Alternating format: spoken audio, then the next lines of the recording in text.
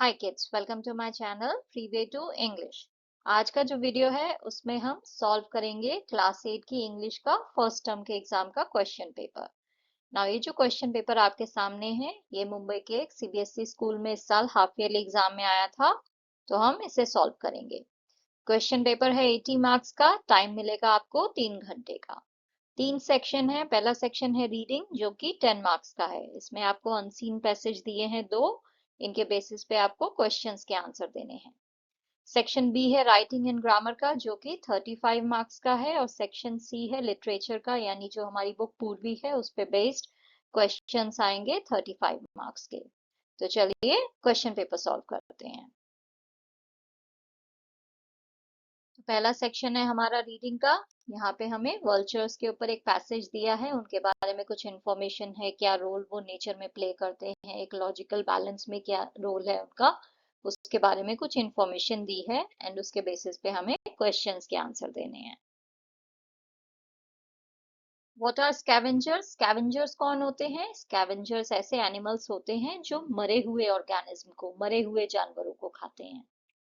Select the option that is true for assertion and reason given below। तो यहाँ पे assertion है यानी स्टेटमेंट है कि वल्चर्स जो है वो नेचर के क्लीन अप क्रू हैं। तो जैसे हमारे घर में कोई काम करने आता है जो साफ सफाई करता है, या स्कूल में आपने हाउस कीपिंग स्टाफ देखा हो, वो क्लीन अप क्रू हुआ, राइट? यानी वो साफ सफाई का काम करते हैं। ऐसे ही नेचर में कौन साफ सफाई कर रहा है? वल्चर्स।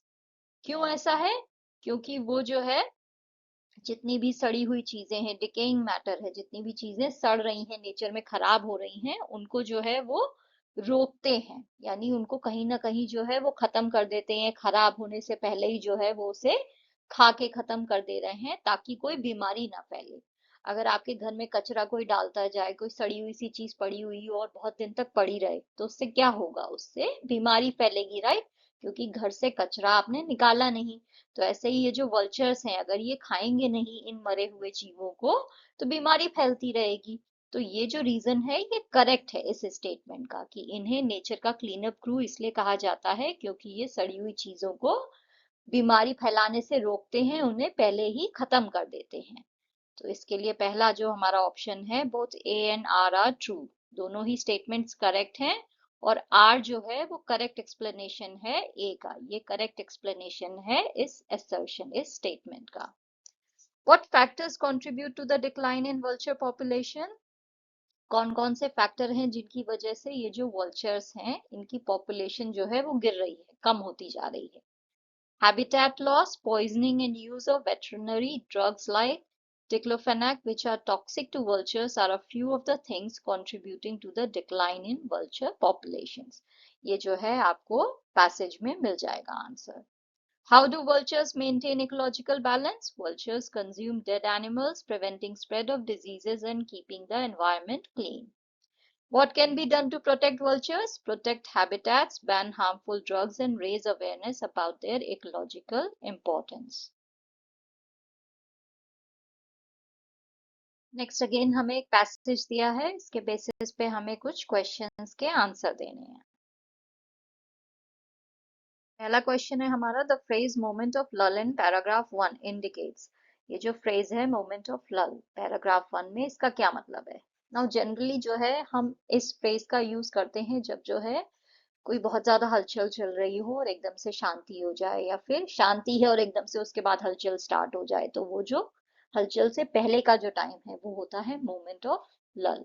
जैसे कि आपकी पूरी फैमिली मिली हो, सब लोग जो है एकदम से बहुत एक्साइटेड है, बातें कर रहे हैं, फिर अचानक से एक शांति सी हो जाती है, राइट? चुप्पी सी हो जाती है, सब लोग चुप हो जाते हैं कि अब क्या बात करें, अब समझ नहीं आ रहा है। तो वो जो थोड़ी सी देर की जो चुप्पी है, 1-2 मिनट की, जिसमें सब लोग चुप हैं, वो हो गया मोमेंट ऑफ लल।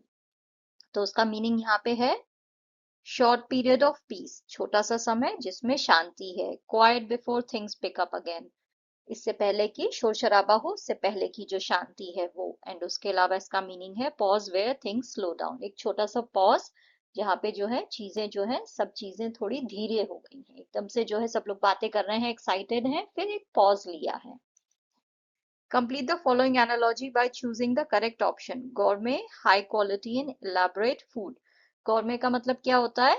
हाई क्वालिटी फूड, बहुत ही एक्सपेंसिव और अच्छी क्वालिटी वाला खाना, और बहुत ही इलेबोरेट, जिसमें आपको 3 कोर्स 4 कोर्स 5 कोर्स मील मिल रही है, यानी स्टार्टर आ रहा है, फिर मेन कोर्स आ रहा है, फिर बीच में जो है कुछ पैलेट क्लेंजिंग के लिए आ रहा है, एंड में डिजर्ट आ रहा है, उसके बाद भी ड्रिंक्स आ रहे हैं, desert drinks.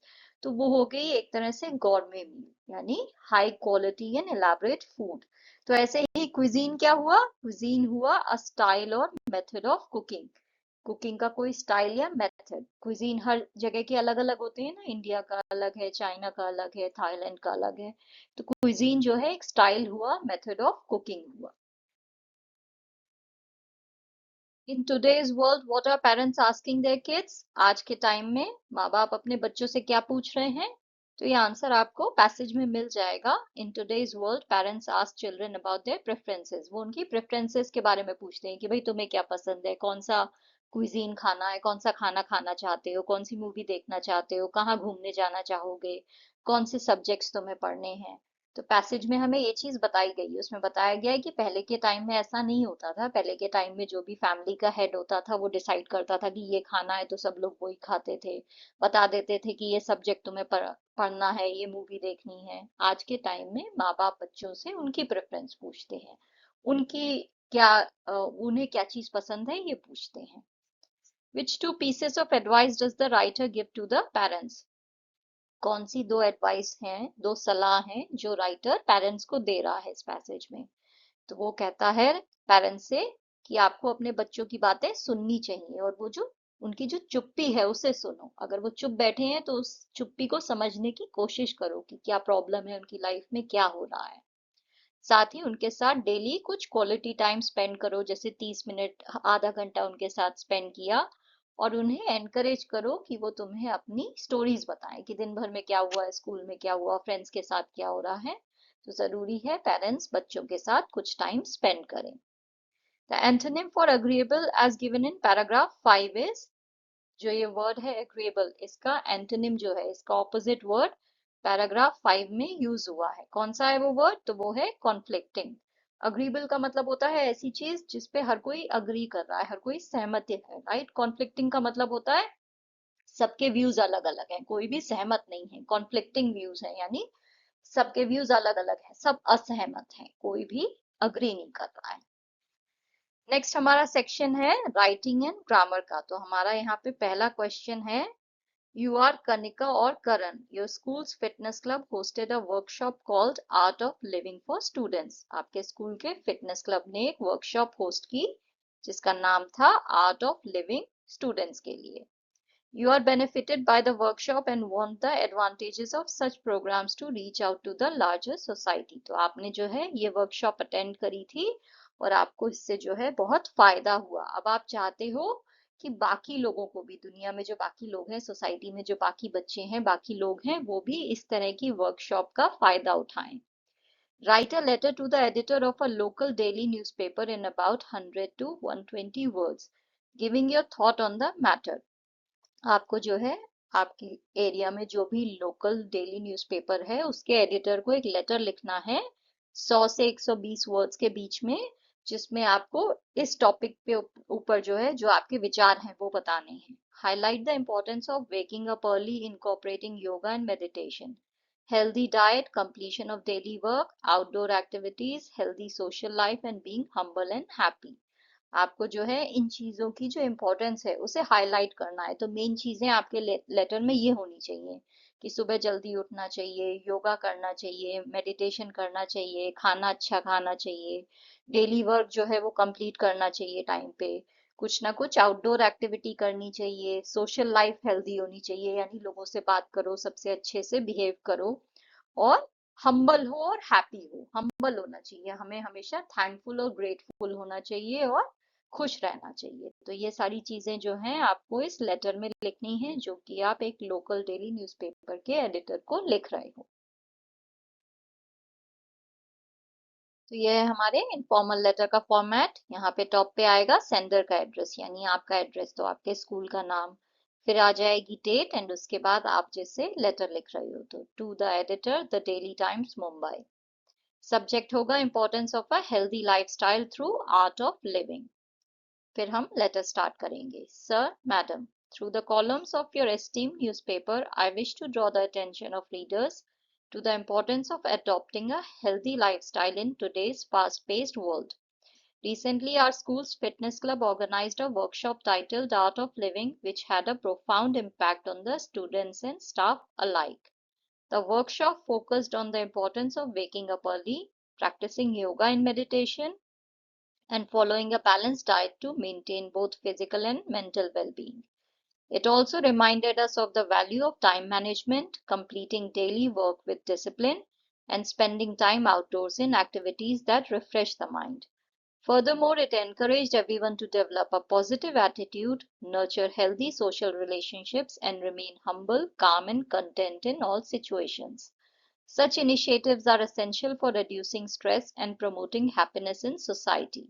I sincerely hope that more schools, communities, and organizations take similar steps to spread awareness about the benefits of a healthy and balanced way of living. Yours truly, करण या फिर कनिका. तो अगर आप mail हो तो आप करण लिखोगे, female हो तो कनिका. तो ऐसे जो है हम ये लेटर लिखेंगे एडिटर को. नेक्स्ट क्वेश्चन में हमें एक आर्टिकल लिखना है 150 शब्दों का.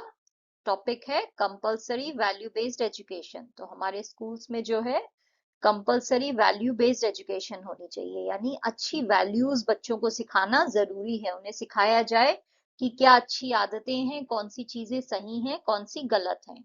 अगर हम चाहते हैं कि हमारे देश के फ्यूचर सिटीजन्स जो हैं वो अच्छे हों, और इससे जो है देश में क्राइम भी कम हो जाएगा, राइट. अगर हर किसी को हम सिखाएंगे कि ऐसे अच्छे से जीना चाहिए, ये वैल्यूज हैं, यही सही चीजें हैं, बाकी ये गलत हैं, तो लोग जो है फिर उसी हिसाब से जिएंगे, तो क्राइम भी कम हो जाएगा, क्योंकि आप हर किसी को सिखा रहे हो कि सही गलत क्या है. तो जरूरी है कि एजुकेशन में compulsory value based education added हो. इसके ऊपर आपको एक आर्टिकल लिखना है. The need for value-based education. Education today should not only focus on academics, but also on developing values that build stronger character. True education is one that balances knowledge with moral principles. Values such as honesty, respect, gratitude, kindness, empathy, and discipline are the foundation of a good society and help students grow into responsible human beings. तो ये जो values हैं, जैसे honesty है कि हमें ईमानदार होना चाहिए, लोगों का रिस्पेक्ट करना चाहिए, ग्रैटिट्यूड होना चाहिए, हर चीज के बारे में हमें ग्रेटफुल और थैंकफुल होना चाहिए, काइंडनेस होनी चाहिए हमारे अंदर, एम्पैथी होनी चाहिए, हर किसी के दुख को अपना समझे, डिसिप्लिन होना चाहिए. ये सारी ही जो वैल्यूज हैं ये जरूरी है एक अच्छी सोसाइटी के लिए. ये सब फाउंडेशन है एक अच्छी सोसाइटी का. और इससे जो बच्चे हैं, अगर बच्चों को हम ये वैल्यूज सिखाएंगे तो ये सारे बच्चे जो है ये responsible human beings, responsible adult बनेंगे. Value-based education helps students understand the difference between right and wrong. It shapes their personality, strengthens their character, and guides them in making wise decisions in life. It also encourages a positive mindset, emotional well-being, and harmony in relationships. In a world where material success often overshadows moral values, it is important to make value-based education compulsory. This will help nurture individuals who respect others, avoid crime, and contribute to peace and unity. The future of our nation depends on citizens who are not only educated but also guided by strong ethical and moral values. Next है हमारा grammar का section. तो पहला question है I blank English for 12 years. तो यहाँ पे correct option होगा I have been teaching English for 12 years. क्यों? क्योंकि यहाँ पे ये जो फ्रेज है फॉर 12 ईयर्स, 12 सालों से, इससे हमें ये पता चल रहा है कि किसी ऐसे एक्शन की बात हो रही है जो पास्ट में स्टार्ट हुआ था. 12 साल पहले ये एक्शन स्टार्ट हुआ था एंड अभी भी कंटिन्यूअस है प्रेजेंट में. तो 12 साल से मैं इंग्लिश पढ़ा रही हूँ, तो इसलिए यहाँ पे ये यूज होगा present perfect continuous tense, and that's why we will put here I have been teaching English for 12 years. Identify the phrase in the underlined part of the sentence. तो यहाँ पे the cat sat on the mat. On the mat जो है वो underlined part है. तो ये कौन सा phrase हुआ? ये prepositional phrase हुआ. क्यों? क्योंकि ये on से start हो रहा है. On जो है वो preposition है, right? तो इसलिए ये हो गया prepositional phrase. Which of the following is the subordinate clause in the sentence? After I reach home, I will give you a call. यहाँ पे जो सबऑर्डिनेट क्लॉज है वो है आफ्टर आई रीच होम, क्योंकि ये जो क्लॉज है ये अपने मीनिंग के लिए इस मेन क्लॉज पे डिपेंडेंट है। I will give you a call, ये अपने आप में कंप्लीट सेंस बना रहा है, इसे किसी और चीज की जरूरत नहीं है, राइट, कि मैं तुम्हें कॉल करूंगा। बट अगर मैं आपसे ये कहूं कि मैं घर पहुंचने के बाद, तो ये इनकम्प्लीट सेंटेंस है, समझ में नहीं आ रहा है घर पहुंचने के बाद क्या करोगे, राइट। तो इसलिए ये हुआ subordinate clause after I reach home. I have told you a million times is an example of hyperbole. What is hyperbole? तो मैंने तुमसे 1000 बार कहा है, ये हाइपरबोल का एग्जाम्पल है। तो हाइपरबोल क्या होता है? हाइपरबोल ऐसा फिगर ऑफ स्पीच है जिसमें जो है हम किसी चीज को बहुत ज्यादा एग्जैजरेट करके बोल रहे हैं, इफेक्ट क्रिएट करने के लिए, या फिर उस चीज पे और ज्यादा जोर देने के लिए, कि मेरी बात पे और ज्यादा जोर देने के लिए जो है मैं उसे बहुत ज्यादा बढ़ा चढ़ा के कह रही हूँ। तो जैसे अगर मैंने आपसे कहा कि मैंने तुमसे 1000 बार कहा है कि पढ़ाई कर लो, तो मैंने सच में आपसे 1000 बार नहीं कहा है ना, मैं सिर्फ ऐसा इसलिए कह रही हूँ ताकि आप मेरी बात की गहराई को समझो, आप समझो कि ये मैंने बहुत बार कहा है इसलिए जरूरी है कि तुम ये काम करो। तो इसको हम हाइपरबोल कहते हैं, इस फिगर ऑफ स्पीच को। Supply the correct non-finite verb to complete the sentence. It is time, blank the cake and open the gifts. Now ये जो phrase है it is time, ये generally जो है जब भी यूज होता है तो उसके बाद जो है कोई ना कोई infinite verb आएगा, क्योंकि हम ऐसी किसी चीज की बात कर रहे हैं कि ये समय हो गया है, यानी समय हो गया है तो यानी कोई ना कोई एक्शन जो है वो अभी बस होना ही है, फ्यूचर में जो है इमीडिएट फ्यूचर में ये एक्शन होना ही है, समय आ गया है। तो जब भी ऐसी बात हो कि अब समय आ गया, तो हम इन्फिनेटिव फॉर्म का यूज करेंगे, तो यहाँ पे होगा टू कट, कि अब समय हो गया है कि हम केक कट करें और गिफ्ट्स को ओपन करें। तो यहाँ पे करेक्ट होगा to cut. Which tense is use to express general truths and facts? General truth या फैक्ट बताने के लिए हम सिंपल प्रेजेंट टेंस का यूज करते हैं, जैसे the sun rises in the east. Identify the kind of phrase in the following sentence. The boy in the red shirt is new here. यहाँ पे in the red shirt ये जो phrase है ये prepositional phrase है, क्योंकि ये in से एक preposition से start हो रहा है। Identify the figure of speech. The motor coughed and sputtered. जो मोटर थी उसने खांसा और उसके मुंह से कुछ निकला। तो यहाँ पे एक मशीन को हमने एक ह्यूमन क्वालिटी दे दी है कि वो खांस रही है और उसके मुंह से कुछ निकल रहा है। तो ये क्या हो गया? पर्सोनिफिकेशन हो गया, राइट। पर्सोनिफिकेशन क्या होता है? जब हम किसी इनएनिमेट ऑब्जेक्ट को कोई ह्यूमन टाइप क्वालिटी दे दें, कि ह्यूमन के जैसी जो है कोई हरकत एक इनएनिमेट ऑब्जेक्ट करे, तो वो हो गया personification. Identify the tense used in the following sentence. We are going to reach Lucknow as scheduled. हम लखनऊ पहुंचने वाले हैं जैसा कि scheduled है। तो यहाँ पे ये जो फ्रेज है going to, इससे हमें पता चल रहा है कि कोई ऐसा फ्यूचर एक्शन है जो कि प्लान के हिसाब से कंप्लीट होने वाला है। तो यहाँ पे क्या हो गया? Future continuous tense. Complete the following sentence with the gerund form of the verb. Gerund form क्या होती है? gerund form होती है ing लगा के। तो यहाँ पे ing वाला जो भी है वो करेक्ट होगा। gerund होता है ing, verb के आगे हम ing लगा देते हैं। I have always enjoyed swimming. Change the tense of the following sentences as directed. The boat sailed yesterday. इसे अगर simple present tense में करना हो तो sentence हो जाएगा the boat sails. Priya shall finish her stitching by then. इसे future perfect tense में करना हो तो मैं लिखूंगी Priya will have finished her stitching by then. Will have plus ed. She works as a receptionist. Past continuous tense में हो जाएगा She was working as a receptionist. Was plus ing. Identify the figure of speech. Sally sold some seashells. इस line में alliteration है, क्यों? क्योंकि यहाँ पे ये जो स का साउंड है वो रिपीट हुआ है। तो जब भी किसी लाइन में कॉन्सोनेंट साउंड रिपीट होते हैं तो वहां क्या होता है? alliteration. The whole world is a stage. पूरी दुनिया एक स्टेज है। तो यहाँ पे क्या है? मेटाफर है, क्योंकि पूरी दुनिया को मैं स्टेज के साथ कंपेयर कर रही हूँ, बट कंपेयर करते हुए मैं लाइक या एज का यूज नहीं कर रही। मैं ये नहीं कह रही हूँ कि the whole world is like a stage. अगर ये कहती तो ये सिमिली होता। Bells jingle, birds tweet and the frogs croak. यहाँ पे ओनोमेटोपोइया है, क्यों? क्योंकि यहाँ पे उन वर्ड्स का यूज हुआ है जो साउंड के बारे में बताते हैं। तो साउंड को आइडेंटिफाई करने वाले वर्ड्स का यूज हो तो वहां पे ओनोमेटोपोइया होता है। Identify the subordinate clause and its type. I could not sleep well because it was too hot. ये जो सेंटेंस है, मैं सो नहीं पाई क्योंकि बहुत गर्म था, इसमें because it was too hot ये सबॉर्डिनेट क्लॉज है, क्योंकि ये अपने मीनिंग के लिए मेन क्लॉज पे डिपेंडेंट है। कौन सा क्लॉज है ये एडवर्ब क्लॉज है। क्यों? क्योंकि ये हमें एक्शन के बारे में बता रहा है। ये जो सोने का एक्शन है ये क्यों नहीं हो पाया? क्योंकि बहुत गर्म था। तो जब जो है एक्शन के बारे में जो है कोई क्लॉज आपको बताए कि वो एक्शन क्यों हुआ या क्यों नहीं हो पाया, तो वो हो गया adverb clause. I congratulated the boy who had won the first prize. मैंने उस लड़के को कॉन्ग्रेचुलेट किया जिसने पहला प्राइज जीता था। तो यहाँ पे who had won the first prize ये सबॉर्डिनेट क्लॉज है और ये एडजेक्टिव क्लॉज है। क्यों? क्योंकि ये आपको नाउन के बारे में बता रहा है।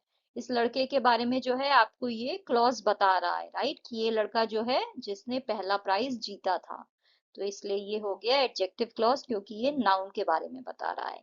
ये एडवर्ब क्लॉज है क्योंकि ये एक्शन के बारे में बता रहा है।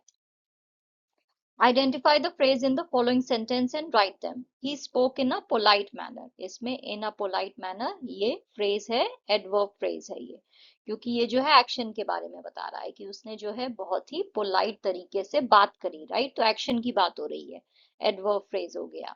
The red balloon floated in the sky. यहाँ पे रेड बलून जो है वो नाउन फ्रेज है, क्योंकि वो बलून के बारे में बता रहा है, राइट। नाउन के बारे में आपको पता चल रहा है कैसा है बलून, लाल रंग का है। तो ये नाउन फ्रेज है एंड ये एडवर्ब फ्रेज है। नेक्स्ट हमारा लिटरेचर का सेक्शन है। The shopkeeper picked up the coin, looked at it carefully and set it back on the counter. That coin's no good, he said. ये line कौन से वाले चैप्टर से है? ये जो हमारा ब्रिज कोर्स का लाइब्रेरी पीरियड का चैप्टर था, अ रूपी गोज अ लॉन्ग वे, ये उसमें से ली गई है। ना इसके बेसिस पे हमें कुछ क्वेश्चन के आंसर देने हैं। Select the option that is true for the assertion and reason given below. The coin was of no use. ये स्टेटमेंट है कि ये जो कॉइन है ये किसी काम का नहीं है। क्यों काम का नहीं है? क्योंकि इसमें एक साइड पे इंग्लैंड के राजा जॉर्ज बने हुए हैं और ये कॉइन जो है ये आउटडेटेड है, यानी पुराना हो गया है, अब ये चलन में नहीं है। तो जैसे जो इंडिया में पुरानी करेंसी है वो अब चलती नहीं है, राइट। जब डिमोनेटाइजेशन हुआ था तो जितने भी पुराने नोट थे सब डिमोनेटाइज हो गए थे। तो वो नोट अगर आप अभी चलाओगे तो नहीं चलेंगे, बेकार है, वो कह देगा शॉपकीपर कि ये किसी काम का नहीं है। तो ऐसे ही ये जो कॉइन था ये किसी काम का नहीं था, क्योंकि ये अब आउटडेटेड था। तो यहाँ पे जो करेक्ट है वो ये है, A and R both are true and R is the correct explanation of A. ये जो असर्शन है, ये जो स्टेटमेंट है, इसका करेक्ट एक्सप्लेनेशन जो है ये रीजन है। Collection of currency is a widely popular hobby. What is the study of coins or currency known as? तो स्टडी ऑफ कॉइन्स या करेंसी इसे हम कहते हैं न्यूमिस्मैटिक्स। न्यूमिस्मैटिक्स। फिलैंथ्रोपी क्या होती है? फिलैंथ्रोपी होती है कोई ऐसा इंसान जो अच्छा काम करे, बहुत दान करे, तो वो फिलैंथ्रोपिस्ट हो जाता है। जैसे बिल गेट्स हैं तो वो जो कर रहे हैं वो होती है फिलैंथ्रोपी, दान करना। एंथ्रोपोलॉजी जो है वो सोशल साइंस की स्टडी है। एस्ट्रोनॉमी जो है वो तारों की स्टडी है, right. According to the shopkeeper which of the following coins would have had more value. तो शॉपकीपर के हिसाब से वो कॉइन जिसपे क्वीन विक्टोरिया बनी हुई थी, वो सिल्वर का बना हुआ था, उसकी ज्यादा वैल्यू थी। तो करेक्ट ऑप्शन यहाँ पे ई है। With whom did Ranji first exchange the coin? Ranji first exchanged the coin with Mohinder. सबसे पहले उसने मोहिंदर के साथ एक्सचेंज किया था। लास्ट में किसके साथ किया था? कोकी के साथ। Read the following extract and answer the questions. A sundial with a strange device which Mrs. Jones thinks rather nice. ये हमारा जो पोएम है, a concrete example, उससे लिया गया है passage. What is a sundial? Sundial क्या होता है? A device that indicates time by using the position of the sun's shadow on a calibrated surface. The poem A Concrete Example carries both literal and symbolic meaning. Such word play is an example of figure of speech. पन। ये जो word play है ये कौन सी figure of speech है? पन। जब हम किसी ऐसे वर्ड का यूज करें जिसके दो मीनिंग हो। तो यहाँ पे जो वर्ड है कॉन्क्रीट, इसके दो मीनिंग है, literal and symbolic. The tone of the poem is, ये जो पोएम है इसकी टोन कैसी है? ह्यूमरस है, राइट, मजाकिया है। अम्यूजिंग है, हंसी आती है सुन के, पढ़ के इस पोएम को। एंड लाइट हार्टेड है, बहुत ही हल्की फुल्की सी पोएम है। तो 2, 4 and 5 डी जो है करेक्ट ऑप्शन है. The poet uses the word stones in all stanzas in order to emphasize Mrs. Jones' obsession with a stony garden. State whether true or false. ये true है. Mention a few things the poet sees as he enters the garden. Poet sees garden full of stones, a crazy path, a lily pond, a rockery, a sundial, and tiny plants. Replace the first letter of the given word to create two new words with the help of the meaning given in the brackets. तो यहाँ पे ये जो word nice है, इसका पहला जो letter है, इसे हमें चेंज करके ये दो वर्ड्स बनाने हैं जिनके मीनिंग होंगे कट इनटू स्मॉल पीसेस. तो वो क्या हो गया? Dice. Grain that we cook, वो हो गया rice. Create new compound words with the following. Ill से हम बना सकते हैं ill mannered, ill tempered. Soft से हो सकता है soft spoken, soft hearted. Fill in the blanks with the correct words from the given word pairs. At the farm, the trainer taught the dogs to perform tricks. Farm पे trainer ने जो है dogs को सिखाया tricks perform करना. But it was the caretaker who ensured they were well fed and comfortable. But caretaker था जिसने ध्यान रखा कि उन्हें अच्छे से खाना मिल रहा है और वो सही है. Create two words as possible from the following word. तो ये जो word है इसमें से हमें और वर्ड्स क्रिएट करने हैं इसमें जो लेटर हैं उनका यूज करके. तो स्पार्कलिंग से बन सकता है sparking, ring, sing, park, parking, sling, ring, rang, ping. कुछ भी आप बना सकते हो. और भी आपको कुछ और वर्ड समझ में आए तो वो भी आप यहाँ पे लिख सकते हो. Supply synonyms and frame two meaningful sentences with the following homonym word. तो यहाँ पे वर्ड है ट्रंक. इसके दो मीनिंग होते हैं, दो से ज्यादा एक्चुअली इसके मीनिंग होते हैं.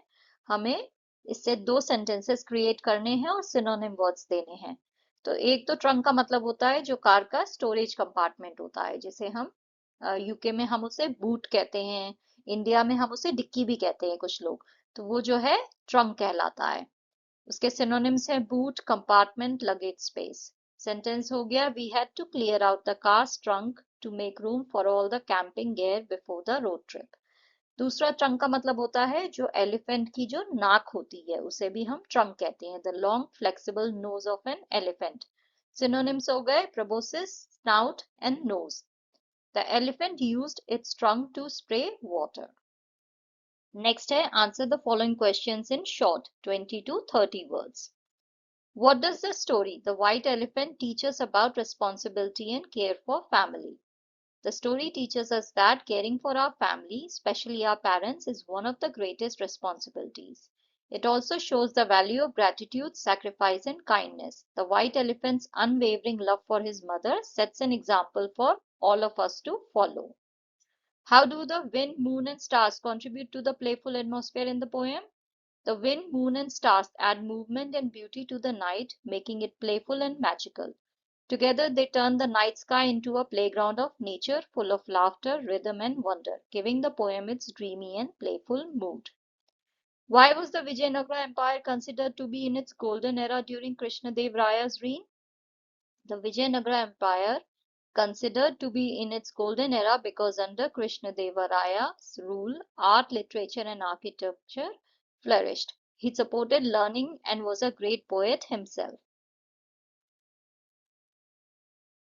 What can be inferred about Mrs. Jones' taste in gardening from the description of her garden being full of stones? It can be inferred from the description of her garden that she has an unusual and creative taste in gardening. She prefers decorative stones, tiny plants, and unique objects instead of common flowers and lawns. Why did the king believe the four young men and not the merchant? The king believed the four young men because their explanations were logical and detailed. Their wisdom and reasoning showed that they spoke the truth, while the merchant only had doubts and anger without any proof. Why do you think Major Somnath's leadership was critical during the Battle of Badgam? Major Somnath's leadership was critical because he stayed calm under pressure, guided his soldiers bravely, and inspired them even when they were outnumbered. What does the poem Somebody's Mother suggest about the role of empathy and humanity in society? The poem suggests that empathy and humanity are essential for making the world a kinder place. When we understand others' feelings and help them, Just like the boy helped the old woman, it creates compassion, respect and care in society. Next हमें इन questions के answer देने हैं 40 to 60 words में। तो 3 question यहाँ पे हैं, किसी 2 के आपको आंसर देने हैं। How can the values demonstrated by Major Somnath Sharma, courage, duty and self-sacrifice, be applied in your daily lives? The values shown by Major Somnath Sharma, courage, duty and self-sacrifice, can guide us in our everyday lives. Courage teaches us to face our fears and stand up for what is right, even when it's difficult. For example, we can show courage by speaking the truth or standing against bullying at school. Duty reminds us to be responsible and sincere in whatever we do, like completing our homework on time, helping our parents, or showing respect to teachers. Self-sacrifice means thinking about others before ourselves. We can practice it by sharing, helping friends in need, or contributing to community work. If we follow these values, we can become better individuals and help make our society stronger and more peaceful, just as Major Somnath Sharma did for his country. Share and explain the observation of the 4 young men about the camel that made the king believe them. तो क्या observation थी उन 4 लड़कों की? रामदत्त ने notice किया कि वो जो कैमल था वो एक पैर से लंगड़ाता था। क्यों उसने ऐसा सोचा? क्योंकि उसके जो फुटप्रिंट्स थे उसमें खाली 3 ही थे जो क्लियर थे, एक जो है वो थोड़ा हल्का सा था।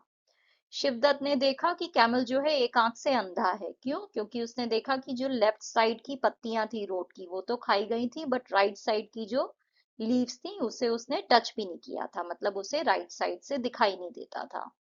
हरदत्त ने बोला कि कैमल की जो टेल है वो छोटी है।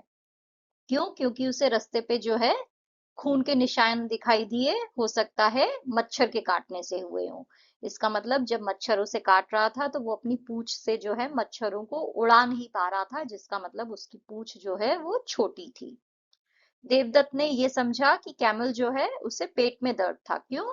क्योंकि उसके जो आगे वाले फुटप्रिंट्स थे वो डीप थे और जो पीछे वाले थे दोनों वो हल्के थे। इसका मतलब जो है कैमल धीरे धीरे चल रहा था क्योंकि उसके पेट में दर्द हो रहा था। Tenali Rama solved the dispute of the royals. If you were asked to solve a disagreement between two people, what approach would you take? अगर आपको दो लोगों के बीच में कोई लड़ाई को सॉल्व करना हो तो आप क्या करोगे? तो मैं वही करूंगी जो तेनाली रामा ने किया था। मैं बहुत ही शांति से और बहुत ही न्याय के साथ जो है उस लड़ाई को सॉल्व करूंगी। तो सबसे पहले तो मैं दोनों साइड्स को ध्यान से सुनूंगी कि भाई क्या क्या प्रॉब्लम है, तुम बताओ तुम बताओ। उसके बाद मैं न्यूट्रल रहूंगी, यानी किसी की साइड नहीं लेनी है। ऐसा नहीं है कि ये मेरा फ्रेंड है तो इसकी बात सही है उसकी गलत है, नहीं ऐसा नहीं, न्यूट्रल रहना है। उसके बाद जो असली कारण है उस लड़ाई का, जो रियल कॉज है उसे पता करने की कोशिश करूंगी। कभी कभी ऐसा होता है ना, मिसअंडरस्टैंडिंग हो जाती है, ये कुछ कह रहा है वो कुछ कह रहा है, बट ये आपस में गलत ही समझ रहे हैं, सही नहीं समझ रहे हैं। तो मैं सही कारण ढूंढने की कोशिश करूंगी। एंड उसके बाद जो है मैं प्यार से अच्छे से जो है सही सही साफ साफ शब्दों में समझाने की कोशिश करूंगी कि उसने ऐसा इसलिए किया, इसने ऐसा इसलिए किया, तुम गलत मत समझो। एंड उसके बाद प्रॉब्लम का मैं कोई फेयर सॉल्यूशन निकालने की कोशिश करूंगी जिससे जो है दोनों जो पार्टियां हैं, दोनों साइड जो है वो खुश रहें, दोनों को लगे कि ये फेयर सॉल्यूशन है, न्याय हुआ है, जस्टिस हुआ है। एंड उसके बाद ये जो डिसएग्रीमेंट है इसे हम एक पॉजिटिव नोट पे एंड करेंगे। हम एक दूसरे को याद दिलाएंगे कि जो मेन चीज है वो फ्रेंडशिप है, रिलेशनशिप्स हैं। तो इसलिए जो है हमें लड़ाई पे इतना ध्यान नहीं देना चाहिए, हमें हमारे रिलेशनशिप को स्ट्रांग रखना चाहिए। That's all for today, kids. If you enjoyed this lesson, don't forget to like, share and subscribe to the channel. See you in the next video. Until then, stay smart, stay curious, and stay strong. Bye.